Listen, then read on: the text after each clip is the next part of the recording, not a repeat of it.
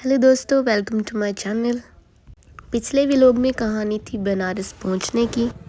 नींद से उठने के बाद देखने को मिलती है बनारस की सुबह। घाटों पर गूंजता मंत्रोच्चारण,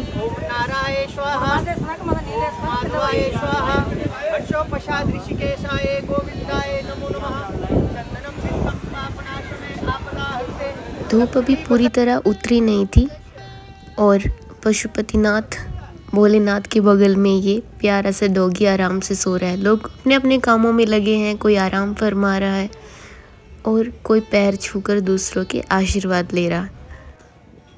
यहाँ हर आवाज़ भी ईश्वर तक पहुँचने का रास्ता लगती है। कहीं किसी पुराने रेडियो में पुराने गीत चल रहे हैं। एक अपनापन सा है यहाँ। इन्हीं सुरों और मंत्रों के बीच मैं पहुँचती हूँ गंगा घाट।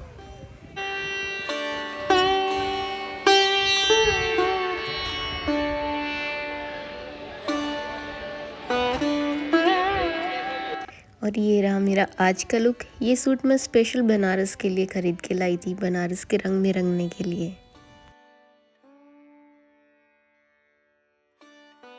माथे पे शांति, होठों पे ठहरी सी हंसी।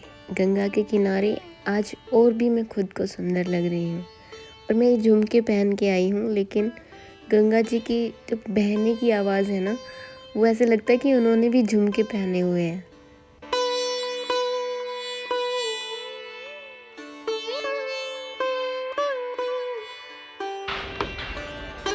चलो भैया।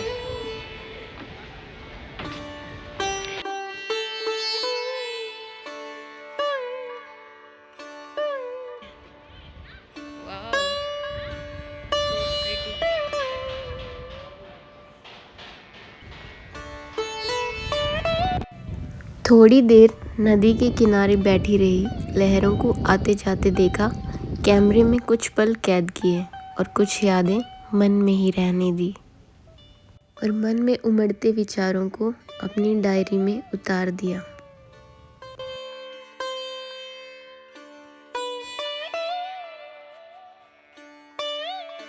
गंगा जी भी कभी कभी अपने जैसी सी लगती हैं, कभी कभी नटखट, कभी बेचैन और कभी शांत और गहरी, धैर्य से भरी हुई। गालों से टकराते हुए झुमके जैसे किनारों से टकराती हुई लहरें, जैसे हर लहर कुछ कहकर लौट जाती है। जो आया है वो जाएगा, लेकिन मैं यहीं पर रहूँगी। यहाँ बैठे बैठे वक्त का पता ही नहीं चल रहा था कि कैसे इतनी जल्दी जल्दी जा रहा है, लेकिन गर्मी बहुत बढ़ गई थी। इतना सारा समय गंगा जी के किनारे बिताने के बाद अब मैं अपने बाल वाल बांध के निकल पड़ी बाबा भैरव से आज्ञा लेने के लिए। कहते हैं बाबा विश्वनाथ के दर्शन से पहले भैरव बाबा की आज्ञा लेनी बहुत ज़रूरी है। काशी के रक्षक हैं वो, हर आने जाने वाले की प्रहरी। रिक्शे में बैठते ही एक अजीब सा सुकून मिला। ये सवारी अब और शहरों में कहाँ ही दिखती है। तंग गलियाँ, पुरानी दीवारें, हर मोड़ पर इतिहास जैसे सांस लेता हुआ। बनारस पुराना नहीं लगता, बल्कि अनंत लगता है। एक दुकान से पूजा का सामान लिया और लंबी कतार में लग गई। भीड़ थी, समय लग रहा था, पर किसी को जल्दी नहीं थी। यहाँ इंतज़ार भी तो भक्ति का ही एक हिस्सा है।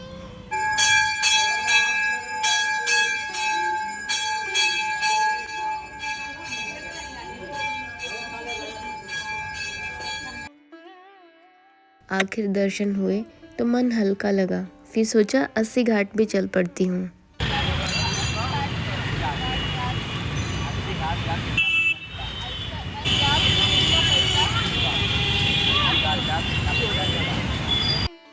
हाँ, यही सिखाया इन भैया ने मुझे भोजपुरी में बोलना।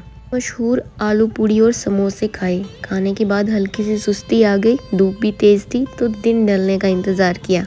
और ये समोसे यहाँ पे बहुत फेमस हैं। पसंदीदा सवारी रिक्शा 80 घाट की ओर। यहीं पर एक छोटी सी 80 नदी आकर माँ गंगा में मिलती है, इसलिए इसे 80 घाट कहते हैं। घाट नहीं, ये एक उत्सव है। यहाँ भीड़ नहीं लगती, यहाँ आस्था इकट्ठी होती है।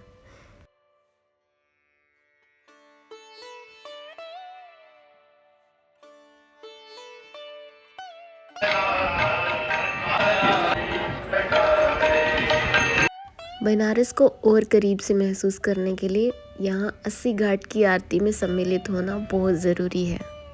अपने कामकाज से छुट्टी लेकर ये सैकड़ों लोग यहाँ शांति की तलाश में आए हैं और इनकी छुट्टी से ही इन कुछ लोगों का रोज़गार चलता है।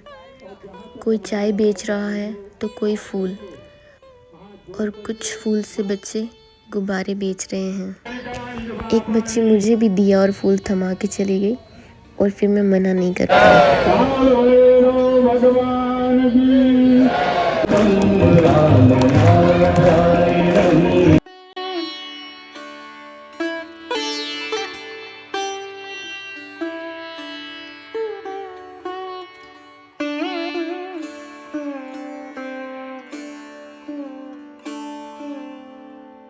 दे रे रे ना गोविंद बोलो हरि गोपाल बोलो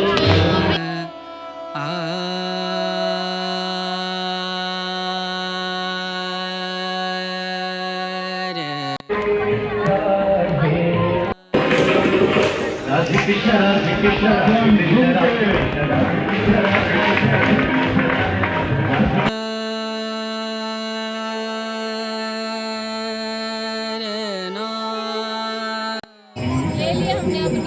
बच्चे मुझे यहाँ पे बार बार आकर फूल बेचने की कोशिश कर रहे हैं।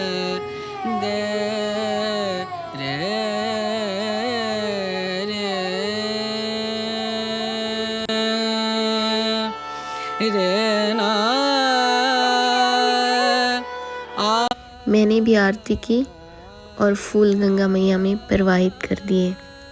फिर आरती गूंजी काशी के राजा महादेव की।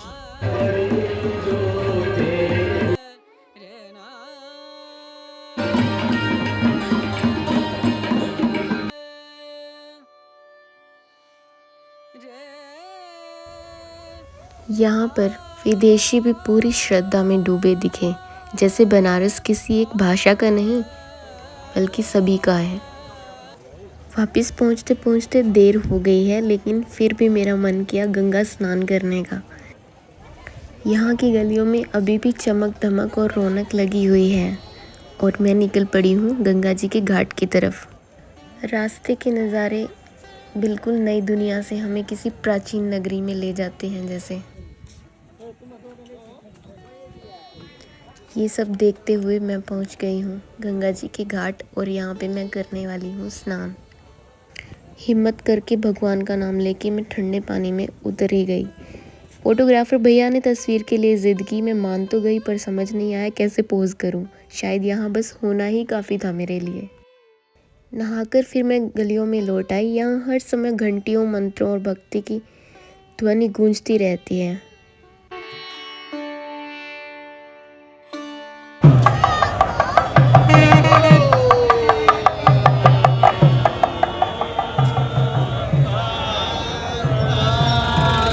चलते चलते गोलगप्पे दिख गए। यहाँ इन्हें पानी पूरी कहते हैं। नाम कुछ भी हो, जब स्वाद दिल तक पहुँच जाए तो बहस किस बात की। अध्यात्म के साथ साथ खाना भी बहुत ज़रूरी है ना दोस्तों। खैर, इसके बाद मैंने डिनर किया। मेरा आज का दिन बहुत ही अच्छा गया। बनारस एक जगह नहीं है, एक एहसास है जो एक बार भीतर उतर जाए तो कभी बाहर नहीं जाता। आगे की कहानी के लिए देखना अगला व्लॉग। तब तक के लिए बाय। अपना ध्यान रखिए।